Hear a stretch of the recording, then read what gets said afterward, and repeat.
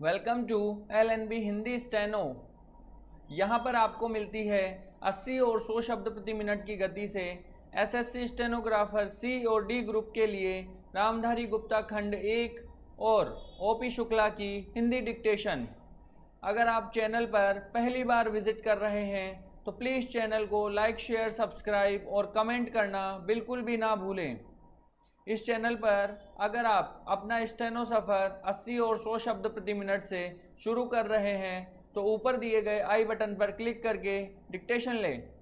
तो चलिए शुरू करते हैं उच्च गति अभ्यास की प्रतिलेखन संख्या 69 और 70 की हिंदी डिक्टेशन 100 शब्द प्रति मिनट की गति से। डिक्टेशन स्टार्ट होगी 5 सेकंड बाद। स्टार्ट। उपाध्यक्ष महोदय, अगर भारत की आर्थिक व्यवस्था को हम देखें तो यह कहने में कोई त्रुटि नहीं होगी कि कृषि उसका आधार है। विराम। किसी भी देश की सामाजिक और आर्थिक स्थिति उस देश की भूमि की उत्पादन शक्ति पर निर्भर रहा करती है। विराम। यदि भूमि की उत्पादन शक्ति में कोई कमी हो जाती है तो उस देश की आर्थिक और सामाजिक स्थिति में भी कुछ परिवर्तन आरंभ हो जाता है। विराम। कृषि भारत के लिए एक आर्थिक व्यवस्था ही नहीं है, यह एक संस्कृति भी है। विराम।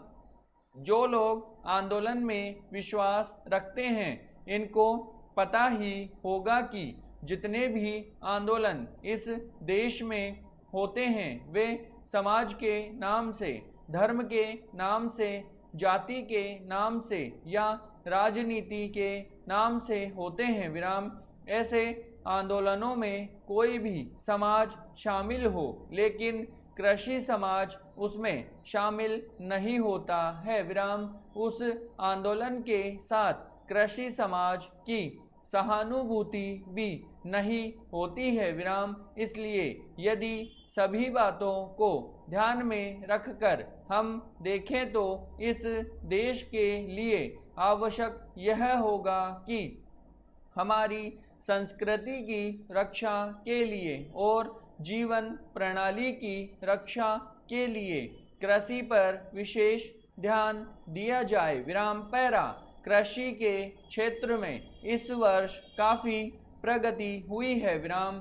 यदि आप 1801 से 1901 तक का काल देखें तो आप देखेंगे कि हमारे देश में 31 अकाल पड़े जिनमें 4 करोड़ लोग मरे। विराम। लेकिन आज हमारे खाद्य मंत्रालय ने 100 रुपये मन के भाव पर गेहूं खरीद कर एक भी आदमी को मरने नहीं दिया। इसके लिए हमारा खाद्य मंत्रालय बधाई का पात्र है। विराम। पैरा। एक बात मैं विशेष रूप से इस अवसर पर कहना चाहता हूँ। विराम। आजकल हम लोग मानव शक्ति पर ज़्यादा ध्यान न देकर पूंजी पर ज़्यादा निर्भर रहने की कोशिश करते हैं। विराम। आपको याद होगा लगभग 5 दशक पहले में जापान की आर्थिक व्यवस्था बिगड़ गई थी लेकिन वहाँ के 60 लाख काश्तकारों ने कृषि शिक्षा के बल पर इतना अनाज पैदा करके दिखलाया कि आज वे 10 करोड़ आदमियों का पालन पोषण कर रहे हैं। विराम। वहाँ पर 30 ऐसे विश्वविद्यालय हैं जिनमें कृषि की शिक्षा दी जाती है जिनसे 16,000 छात्र प्रतिवर्ष शिक्षा प्राप्त करके निकलते हैं। विराम। आज हमारे देश में पर्याप्त कृषि विश्वविद्यालय स्थापित हो चुके हैं। विराम। हमारे देश की 120 करोड़ जनसंख्या को दृष्टि में रखते हुए जापान एक बहुत छोटा सा राज्य है, शायद हमारे राजस्थान से कुछ ही बड़ा है। विराम। पैरा।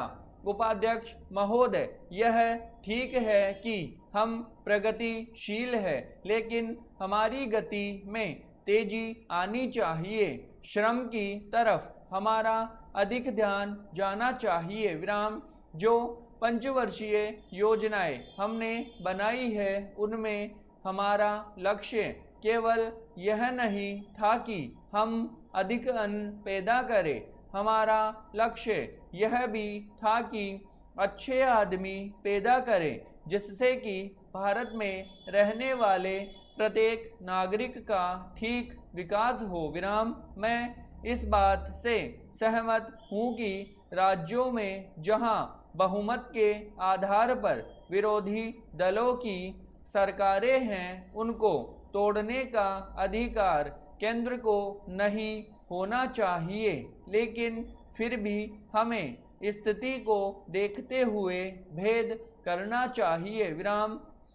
गुजरात की सरकार टूट गई, इसके लिए हमको अफसोस नहीं करना चाहिए। विराम। जहाँ तक इस बिल का संबंध है, मैं इसकी कमियों की तरफ आपका ध्यान दिलाना चाहता हूँ, जिससे कि आपको उसे ठीक करने की प्रेरणा मिले और इसको आप ठीक करके वहाँ का काम चलाएं। विराम। इसका आशय यह भी नहीं है कि जो पार्टी सरकार चलाती है वह सब सही काम करती है, लेकिन फिर भी मैं यह मानता हूँ कि जो गुजरात की सरकार टूट गई वह अच्छी बात हुई है। विराम। गुजरात के लिए आपने संसद सदस्यों की जो समिति बनाई है वह एक ठीक कदम है, लेकिन इस बात का आश्वासन भी आपको देना चाहिए कि राज्य और जिला स्तर पर जो समितियां आप बनाने जा रहे हैं उनको सर्वदलीय बनाएंगे, ताकि जनता की जो कठिनाइयां हैं वे आपके सामने प्रत्यक्ष रूप से आ सके और उनकी भावना के अनुसार वहाँ पर कुछ काम हो सके। विराम। अगर ऐसी व्यवस्था नहीं होगी और बाहर के लोगों को आप उन समितियों में रखेंगे जिनको गुजरात की समस्याओं का कुछ भी ज्ञान नहीं है, तो परिणाम यह होगा कि आप गुजरात की समस्याओं को हल नहीं कर सकेंगे। विराम। इसलिए मैं सुझाव देना चाहता हूं कि आप इसमें ऐसी कानूनी व्यवस्था करें कि जिससे विभिन्न स्तरों पर सर्वदलीय समितियां बनाई जा सके और उनके माध्यम से सरकार के सामने सुझाव आए कि वहां पर किस तरह से काम होना चाहिए। विराम। गुजरात औद्योगिक मामलों में अन्य राज्यों से थोड़ा भिन्न है, फिर भी वहाँ की स्थिति यह है कि आज भी प्रति व्यक्ति आय 300 रुपये से अधिक नहीं है। विराम। आज गुजरात में अन्य राज्यों के मुकाबले सबसे अधिक कर लगे हुए हैं। विराम। यह उचित नहीं है। विराम समाप्त।